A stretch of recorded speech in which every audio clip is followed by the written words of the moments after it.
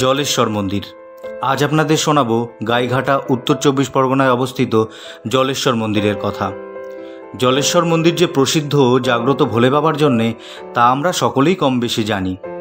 ভক্তদের মনস্কামনা পূরণ, নিঃসন্তান দম্পতির সন্তান লাভ কিংবা বাবা মায়ের সুস্থ জীবনের আশায় প্রতিনিয়তই জলেশ্বর মন্দিরে ভক্তরা বাবার দর্শন এবং পুজো অর্চা করতে আসেন।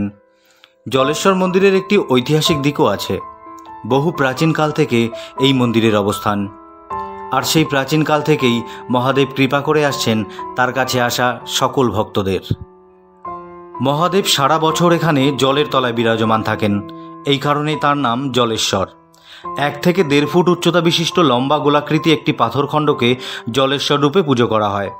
যদিও মন্দিরটি নবনির্মিত, তবে ঠিক কোন সময় থেকে বা কোন যুগ থেকে এখানে মহাদেবের পূজা অর্চনা করা হচ্ছে তা নির্ধারণ করা সত্যিই মুশকিল। আমরা যদি ইতিহাসের দিকে ফিরে তাকাই তাহলে দেখা যাবে এই অঞ্চলে সেই সময় বৌদ্ধ সম্প্রদায়ের মানুষেরা বসবাস করতেন। এর সাক্ষীস্বরূপ আজও গ্রামগুলিতে ছোট ছোট টিলার আকৃতির স্তূপ রয়েছে। জলেশ্বর মন্দির সমতল থেকে প্রায় 130 ফুট উচ্চতায় বিদ্যমান।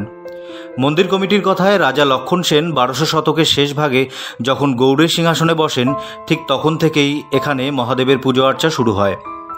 আগে এখানে প্রায় ভেঙে যাওয়া এক বৌদ্ধ মন্দিরে জলেশ্বরের পুজো করা হতো।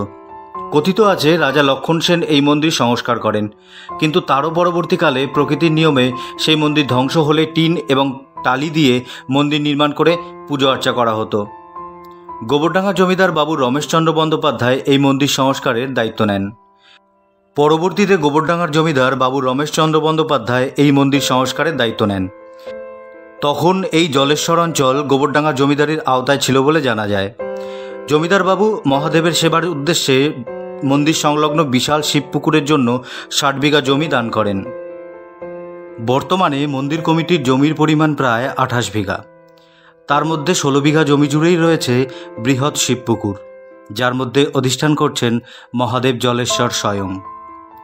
পরবর্তীতে বাংলায় যখন মুসলমান শাসন শুরু হয় তখনই এই মন্দির দখলের চেষ্টা করা হয়, কিন্তু পার্শ্ববর্তী 8টি গ্রামের মানুষ বাবা জলেশ্বর এবং তার মন্দিরকে অক্ষুণ্ণ রাখতে সক্ষম হন। প্রতি বছর চৈত্রের 3য় সোমবার এই বিশাল পুকুর থেকে মহাদেবের বিগ্রহকে তুলে আনা হয়। সন্ন্যাসীরা মহাদেবের বিগ্রহ তুলে আনার জন্য জলে ঝাঁপ দেন। এরপর মহাদেবের এই বিগ্রহকে হালিশহর নিয়ে যাওয়া হয় গঙ্গা স্নানের জন্যে।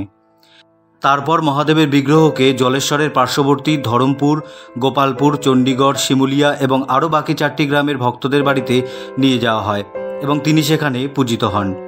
পুনরায় ফিরিয়ে আনা হয় জলেশ্বর ধামে। ধুমধাম করে চলে বাবার পূজা অর্চনা, উৎসব এবং পার্বণ। এবং পুজোর শেষে তার পরবর্তীতে পয়লা বৈশাখের দিন জলেশ্বরকে পুনরায় তার শিবপুকুরে ফিরিয়ে দেওয়া হয়।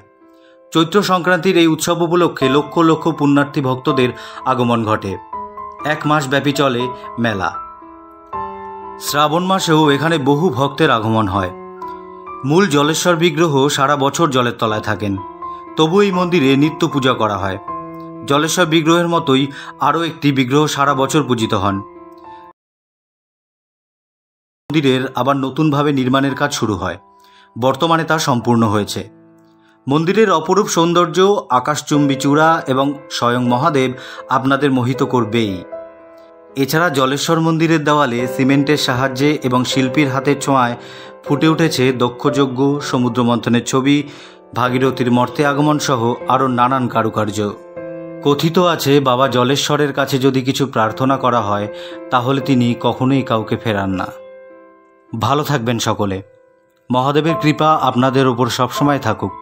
প্রতিবিম্বের তরফ থেকে এই শুভেচ্ছাই রইল।